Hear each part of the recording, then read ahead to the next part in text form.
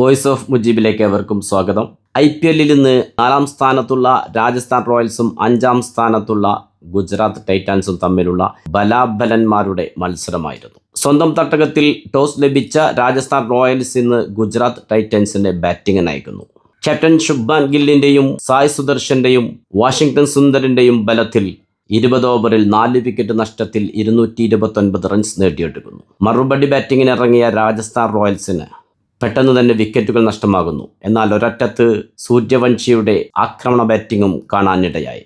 വെറും 18 പന്തുകളിൽ 36 റൺസ് നേടിക്കൊണ്ടാണ് സൂര്യവംശി ഇന്ന് മുഹമ്മദ് സിറാജിന്റെ ബൗളിങ്ങിൽ പുറത്തായത്.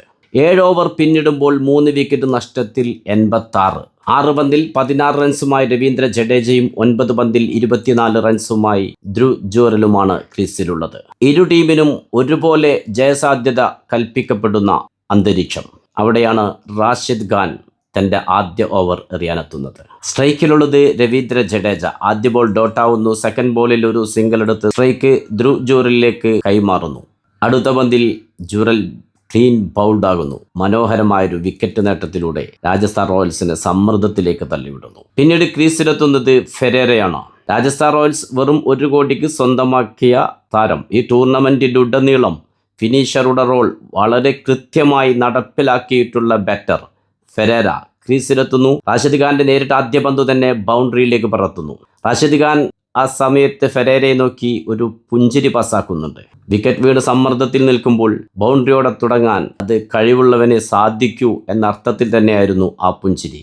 എന്നാൽ ആ പുഞ്ചിരിക്ക് മറ്റൊരർത്ഥം കൂടി ഉണ്ടായിരുന്നെന്ന് മനസ്സിലാക്കാൻ 1 ബോൾ കൂടി കാത്തിരിക്കേണ്ടി വന്നു. തൊട്ടടുത്ത ബോൾ റാഷിദ് ഖാൻ ഫെരേരയുടെ കാലിനെ ലക്ഷ്യമാക്കിയാണ് എറിയുന്നത്. പന്ത് ടാൻ ചെയ്തുകൊണ്ട് ഓഫ് സ്റ്റമ്പിനെ പിഴുതെടുക്കുന്ന മനോഹരമായ കാഴ്ച. ഒരു റിവഞ്ചിൻ്റെ വിക്കറ്റ്.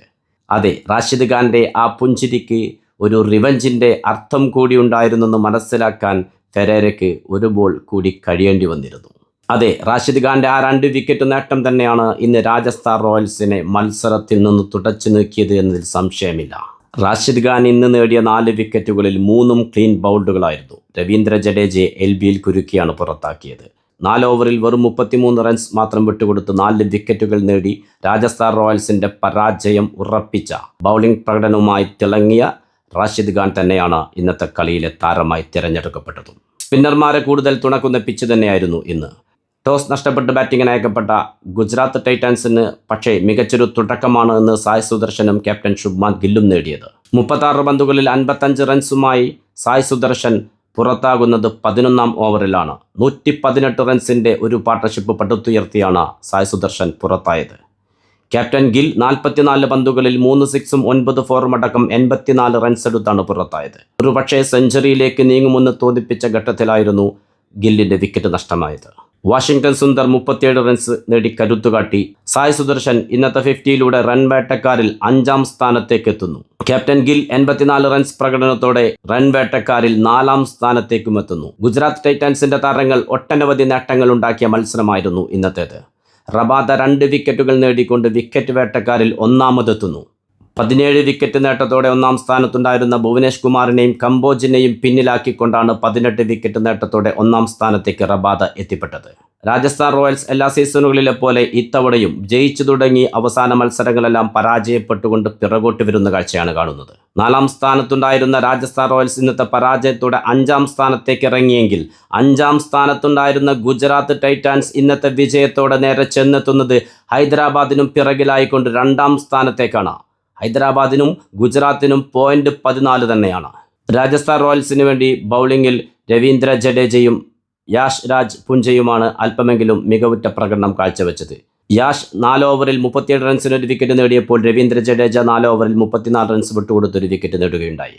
ഓരോ മത്സരങ്ങൾ കഴിയുമ്പോഴും ആദ്യ 4-ൽ ആരെല്ലാം എത്തിച്ചേരുമെന്ന് ഇപ്പോഴും വ്യക്തമായി പ്രവചിക്കാൻ കഴിയാത്ത രീതിയിലാണ് മത്സരഫലങ്ങൾ വന്നുകൊണ്ടിരിക്കുന്നത്. അവസാന മത്സരം വരെ കാത്തിരിക്കേണ്ട അവസ്ഥയാണ് പ്ലേ ഓഫിന്റെ ആദ്യ 4 ടീമുകളെ തിരഞ്ഞെടുക്കാൻ. 14 പോയിന്റോടെ സൺറൈസേഴ്സ് ഹൈദരാബാദ് 1-ാം സ്ഥാനത്ത്.